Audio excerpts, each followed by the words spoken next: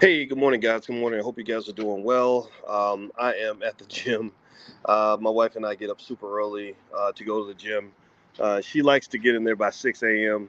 I probably wouldn't be getting in there at 6 a.m. if it wasn't for my wife. So this is one of the reasons why I highly recommend you get an accountability partner when it comes to taking care of your health. You know, health is wealth.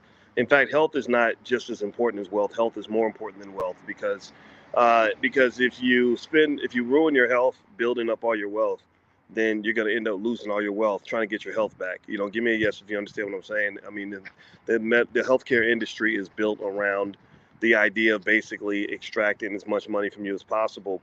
So you really want to do those preventative things that the doctors and stuff and the pharmaceutical companies will never tell you to do.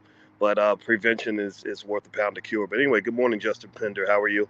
Shout out the city you're from. Let me know the city you're from. I'll shout your city back. Hit the thumbs up button. Thumbs up, share, subscribe. All right, so let me just kind of share with you a couple thoughts that came to mind this morning.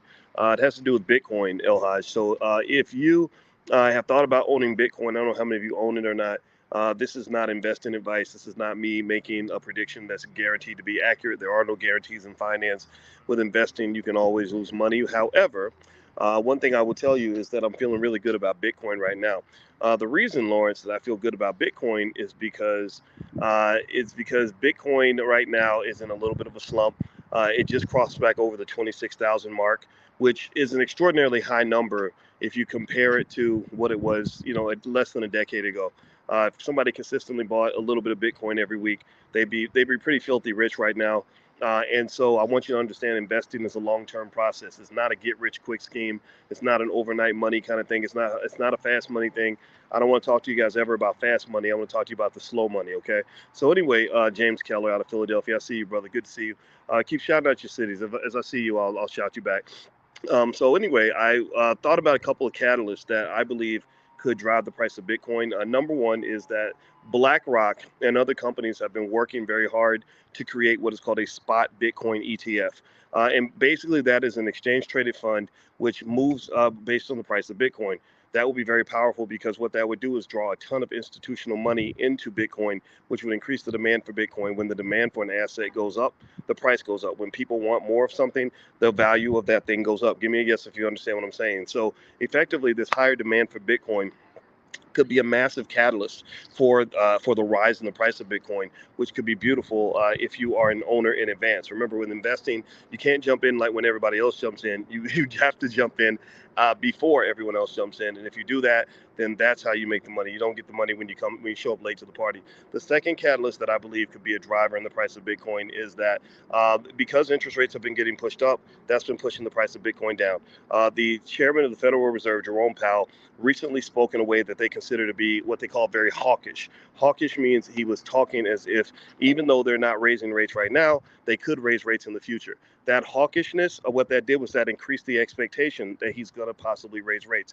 That higher expectation pushes down the price of Bitcoin because most financial models, I taught mathematics at the University of Kentucky, and most of the financial models, most of the pricing of stocks and things like that come from these financial models, these mathematical models. Well, one thing about these mathematical models is that whenever you increase interest rates, the value of those assets go down. When interest rates go up, the value tends to go down just based on the way the models are structured. So what does that mean? Well, what that means is that when Powell made this hawkish statement saying, I think interest rates are going to, or I know when he said, I reserve the right to increase interest rates, that pushed down the price of Bitcoin because it increased the expectation that rates will go up. What does that mean in general? Well, here's the thing. What goes up in general tends to come back down. Not always, not a guarantee, but as they keep raising rates, even if they talk about raising rates, there's going to be a point where there's going to be an economic slowdown. At some point, I believe, in my view, my 2 cents, but generally speaking, history confirms this. You're going to see a reversal of that. You're going to see a revert. Good times always come to an end, right? Just like a great relationship or a good party, everything comes to an end. So when the economic party's over and the economy starts to dip into recession, you know what they're going to do? Instead of raising interest rates, which slows the economy down, they're going to drop interest rates, which will speed the economy up. When they start doing that, then I think I would expect Bitcoin to have a positive catalyst, meaning that there's a high likelihood that Bitcoin could end up going up. once the hawkishness kind of slows down and they start reducing interest rates instead of increasing them. So what does this mean? This means that today, right now, and at the end of August in 2023, I'm speaking about 2024, 2025, and 2026. One thing about investing that people often forget is that you cannot make an investment and then expect that it's going to make sense 3 weeks later, or that it's going to make sense even 6 months later. Some investments take 2, 3 years, 4, 5 years to mature and to really show you what they're worth. So I want you to have that mindset when you go and invest. Don't invest money that you can't afford to lose. Don't invest money that you expect to give you a quick flip. Quick flips tend to cause quick losses, so just be intelligent about that. All right, so anyway, hit the thumbs up button, thumbs up, share, subscribe. My new book is called The 10 Commandments of Black Economic Power. You can get a copy at my website, boycewatkins.com. Also at boycewatkins.com, we have a lot of free stuff. The $5 a day investing plan. We have tons of free things for the community. We've helped millions and millions of people in the Black Business School. So I don't think you ever have to pay anything. If you want special training, we do have that at an affordable cost, probably 1/100th of what you paid in college. I am a college professor. I taught at Syracuse University, places like that. But we also have free things. If your budget's tight, we can get you right. So feel free to go to my website, boycewatkins.com. There's tons of stuff there. The training on how to make money without working is there. There's a lot of stuff there. So feel free to go take a look at that. Anyway, so let's see what else. The other thoughts. Let's see. I see Freddie Taylor has a question about the Tulsa Real Estate Fund. The Tulsa Real Estate Fund is not my business. I have never been, nor am I a paid sponsor of that fund, nor am I a paid employee of that company. So what I would encourage you to do is, if you want to understand the Tulsa Real Estate Fund, go to their Instagram page. They have something called TREF Talks, where they talk every week with investors about what's going on with the fund. Also, there's a big thing happening at the Black House in Atlanta, where apparently the CEO of the Tulsa Fund, Jay Morrison, is going to address any and all questions at the Black House. They're going to kind of have an open house there. So feel free to go to that event if you want to know more about the Tulsa Real Estate Fund. I'm not gonna go and scrutinize that company, because I don't racially profile Black businesses. I'm not ever going to scrutinize a Black man's business more than I scrutinize a white man's business. I'm never going to give Black people a different treatment from the one I give white people. So you've never seen me go in and repeatedly talk about a white man's business. So I'm not going to do that with a Black man's business. So for those of you that want to do that, there are other platforms that will do that for you. This is not the place to do that. So thank you for your question, Freddie. But please don't ask another question about that, because if you do, then then this is not the place for you. All right. So anyway, does anybody have any more questions? If you have another question, I see Cynthia Fagan. Good to see you. Michael Skipper. Good to see you from Batesville, Mississippi. But let's see what else. I'm going to be in Los Angeles this week. We're doing a 2-day Black Wealth training camp. This is going to be centered around monetization, content creation, brand building, stuff online. Like, people have asked me a million times, how did you get over 1 million followers on YouTube and all this other stuff? It took a lot of work, a lot of time, but there's a strategy to it. So I can definitely break that down for you. So if you want to join us in LA, it's September 8th and 9th. Just go to boycewatkins.com. I'm also going to speak at the Wealth and Power Summit in Austin at the end of September, and then the All Black National Convention is October 20th. That's in Atlanta at the Marriott Marquis Hotel. So feel free to go there. Let's see here. Anybody have any more questions? Okay, greetings, Dr. Vibe. Hey, oh, my wife is here. I was going to tell her that Dr. Vibe was here, but she got her headphones on. There she is. You see her? She's got a headphone. We just went to the gym, so we do this. This is our routine. We do this about probably 5 times a week. So she's the reason, though. She's the one that gets me out to the gym in the morning, because I'm gonna tell you, if you pick a wife, fellas, pick a wife that's gonna push you to do things different from what you did before. Like literally, the fact that my wife is a workout fanatic has been extremely beneficial to my health. I wasn't in good shape at all. I was much bigger. I was looking kind of Roland Martin-ish about 5 years ago, 6 years ago. And my wife has got me in the gym, and everywhere I go, people say, "You're looking buff, Doc. You're looking muscular." No, no, no. It's like, yeah, it's because of my wife. All right, so let's see. Dr. Bob says blessings to you. All right. Business Talk with Kay. I will attend the ABC. I look forward to meeting you, brother. So come in and give me a hug, and look forward to shaking your hand in person. Yeah, but the convention is going to be awesome. We have over 40 experts that are there to solve problems specifically for the community. It's not just me. It's over 40 experts. And then on top of that, we've got the Black Doctoral Network in the building at the same time. That's the largest organization for Black PhDs in the United States. What does that mean? That means that for the first time ever, you have more PhDs, more trained people, more experts all gathered in an economically independent fashion, not brought to you by the Democratic Party, not brought to you by the Republican Party, not brought to you by a corporation, who are there solely and specifically to solve problems for Black people. I want you to understand how important that is, how significant that is. I don't think that's ever been done in the history of this country. Like, this is pretty epic, and this is my dream. This is my vision: is to bring Black brain power back home, to get our people solving our problems, to get our people thinking about us, to get our people thinking about the Black community before we start thinking about the white community, the Jewish community, the Asian community. So even though we're not, everything isn't going to be done right? Like, some businesses are not going to succeed. Some businesses are going to struggle. You're going to have some failures. You're going to have some problems. But remember, if you read the book, How the Jews Invented Hollywood, An Empire of Their Own, How the Jews Invented Hollywood, you'll find that they had problems that were 100 times worse than the ones we have. And so anybody who's skeptical, or anybody who says, "Oh, these Negroes are out here doing bad stuff and not, doing things right," just know there are a lot of people that are doing things right. There's a Black kid that I just saw just today on CNBC, who pretty much is the Black Elon Musk. This kid, he went to he's a Syracuse student. Y'all know I taught on the faculty at Syracuse, so I was really intrigued by this. But anyway, this young brother created like this electric charging, like, how can I say, the portable vehicle charging stations, right? Portable electric vehicle charging. So you know how with the electric vehicles you have to go to the charging station and get charged up. He created a company that comes to you wherever you are. If your car breaks down or runs out of juice, they'll come to you and charge up your car, like, right there on the spot. And they have these portable chargers that they have in these vans, and the company's valued at over $100 million. I thought that was epic. I love that, right? So I what I want us to do is, every time we want to talk about a business that struggles, I want us to talk about a business that's thriving. Every time we talk about a Black man who makes a mistake, I want us to talk about a Black man who did things right. And I really think that balance is critically important, because I don't think you should just get down on yourselves and down on each other, because that's not how you build an economy. That's just not. You have to be able to move past the mistakes. And so, for example, the Tulsa Fund is the talk of the town right now. But really, the truth of the matter is that the story of the Tulsa Fund isn't completely done. The Tulsa Fund, it appears to have lost money in the last 5 years, for sure, without a doubt. But remember, y'all, guess how many years Amazon lost money before they made a profit? Guess how many years Amazon lost? Amazon lost money for 9 years, and they didn't lose, a few $1,000,000. Amazon lost billions. They lost billions of dollars for 9 straight years before they turned a profit. And so the same way that there are people that are calling for the Tulsa Fund to be ended and things like that, and I respect that. I think people should say what they want to say, talk about what they want to talk about. People were saying the same thing about Bezos and Amazon. They said, this is never going to work. This isn't going anywhere. You need to just give up, shut it down. It's not working. You're bleeding cash. The same thing is happening here, right? So this is same thing happened with SpaceX. Elon Musk, literally, do you know Elon Musk put $100 million toward the creation of SpaceX and Tesla? He lost $99 million. Did y'all know that? He lost $99 million, and then he, at the last minute, he got funding, and that's what created Tesla and SpaceX. Go Tesla and SpaceX. Go look it up. Go look it up.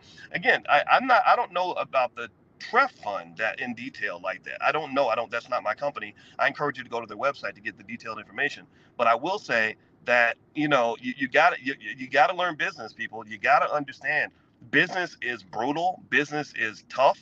Business you can lose money, things can go wrong, whatever. And so I think that that's the conversation that needs to be had. This is the only reason why I'll even address questions about the Tref Fund, is because there's a lesson there. It's a lesson to say sometimes businesses don't become what you want them to be for a while, and to implicate that overspending is the same as criminality.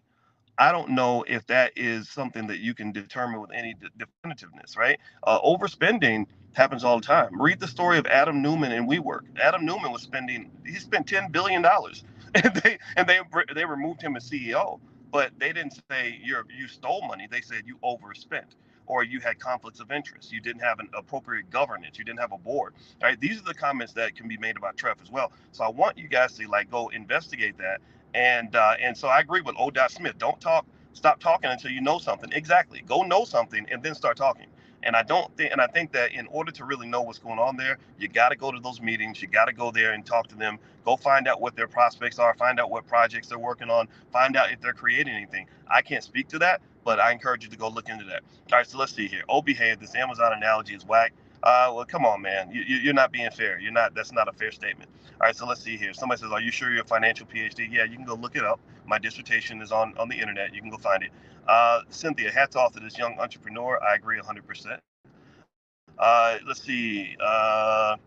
Let's see. That's epic. Yeah, I agree. I think that's really, really cool. That this black kid is creating this whole electric vehicle thing.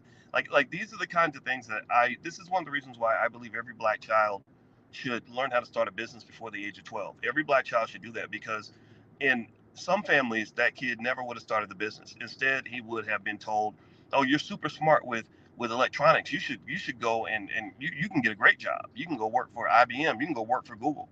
Why would you train your child to go work for somebody when you could train your child to create jobs for other people? Right. So I want you to just think about that.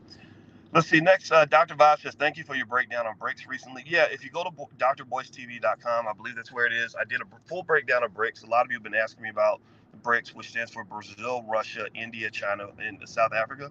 And it's basically a push by other countries who are tired of U.S. sanctions and the dominance of the dollar, basically saying, let's create an alternative economy. They're kind of doing exactly what African Americans are doing, what B1 people are doing. They're doing the same thing we're doing.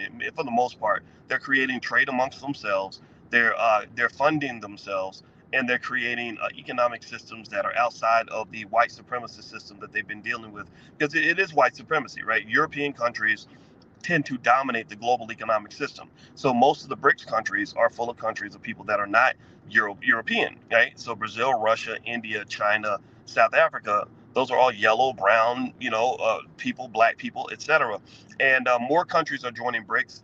BRICS is going to be pretty epic, I believe. In fact, right now, BRICS already has influence over about half of the world's GDP or something close to that. So they better watch out because in the next 30, 40 years, by the year 2075, India and China are going to have the biggest economies on earth. So at that point, that's going to lead to, um, pretty epic shifts in economic power. So keep that in mind. All right, so let's see here. DW says, I heard of electric vehicle owners having their vehicles towed away because of losing their charging power, and I figured a mobile charging station would be a viable idea. Yeah, I'm sure somebody thought about it. I guess maybe there was a technological barrier because it makes sense. You have portable battery chargers for your cell phone. Why would you not have a portable battery charger for your car? Right? That would make sense. Do you trade options on the SPY or S&P? Not really, Roy. That's not most of what we do. I use options to generate income. I sell options every week and generate cash. That's how I pay my bills, right? So effectively, that is a strategy that can be used. If you want to learn more about it, just go to boycewatkins.com. I have a training on my page called How to Make Money Without Working. And also, if you want to get profit alerts of stocks that I like, things like that, just text the word stock to 31996. Text 31996 or text stock to 31996. All right. So by the way, I ain't answering no more questions about Trev. So stay keep saying keep and remember, if you're trolling and you're repeating the same questions, I'm gonna have to put you out of here because I can't have a lot of like all that great chaos. That's somebody else's situation, right? So I want you to go investigate that. I'm not a paid sponsor, never have been. I do not work for that company. I don't want to make that 100% clear. I don't know, for some reason, I don't know why everyone connects because I've supported dozens of black-owned businesses, dozens and dozens and dozens. I supported Julian Gordon when he first got started. Julian is apparently he disagrees with Jay Morrison. I supported Jay Morrison years ago. Apparently they have a conflict. That's their conflict, and I want you to understand that 86% of black-owned businesses fail. I've supported a lot of businesses in this conscious space. I've supported King Randall School, gave money. I didn't just support. I wrote a check. I wrote dozens of checks to Dr. Claude Anderson. When celebrities were calling Dr. Anderson and they were using this man, they were celebrating his ideas, but they weren't writing checks. And what I'm saying to you is that if you care about somebody in your family, write a check. The best way to show love is economic love. The best way to show you appreciate somebody and what they're doing is to put skin in the game, put your money where your mouth is, if you can, if you have the resources to do so. Because we spend money all the time with white folks, all the time. We give money to white folks. We don't scrutinize their businesses. We don't ask no questions. We just accept the product and keep it moving. I think we should do that with ourselves and each other. And I don't just say it. I've been doing this for 25 years, right? So I've been doing this longer than some people out here been alive, right? So I just look young. I ain't, but I don't know how young I look with the gray beard. I'm an OG in this game. I've been doing this since the 90s. So, and you can check my record on that. All right, let's see. El High says, what percentage of your portfolio is invested in crypto? Less than 10%, maybe 6, 7%. something like that. I don't put too much money in crypto, and I don't put a lot of money into what I call crapto. Crapto is crappy crypto. Crappy crypto is not good for you. I do not encourage you to mess around with that stuff. And what's going to happen is that as the economy starts to take off and the market starts taking off again, you're going to see a lot of people pushing crappy crypto. Don't mess around with it, but also understand when you invest, you can end up, um, you can end up losing money. So just keep that in mind when it comes to investing. All right. So Freddie, Freddie says, I like you personally, but won't be listening to you because of what happened with Trev. Well, I'll make it easy for you, Freddie. I'm gonna go ahead and let you go, brother. Actually, yeah, I'm gonna go ahead and let you go, man, because if you don't want to be here, you shouldn't be here. I want everybody to understand. I'm a professor. I don't have to be on the internet, so I really don't do this because I'm.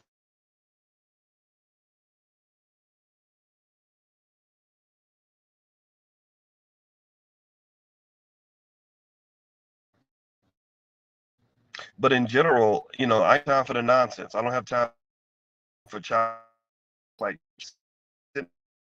trolling also. Go build something, man. Go do something. If you don't like the way a brother is running his business, don't sit around talking about how much you hate that man. Go build better business, and I'll support you too if I can. Like I just that's my 2 cents. I wrote about that in my book, actually, The 10 Commandments of Black Economic Power. Why Black businesses can't build. You can't build when everybody's fighting. You can't build in the middle of chaos. You cannot build a building in the middle of a tornado. So that's the problem that you end up having. What was that text again? Yeah, you could text the word stock, Cynthia, to 31996. I'm going to put this on the screens. Text stock to 31996. There you go. Those are the profit alerts. I'm going to be live on my Instagram today at 11 a.m. Eastern. I'm going to do Stock Market Tuesday. So if you go to, thank you. She just gave me my mail. So if you go to Dr. Boyce Finance is my new Instagram page. All right, guys, I got to get out of here. It's time for me to head on into the house. So I hope you have a great day. I'll be in Los Angeles September 8th. You can go to boycewatkins.com to get more information. And also at my website, there's lots of free resources to get you started or help you on your investing journey. So take care, everybody. Have a good day. I'll see you soon. Peace.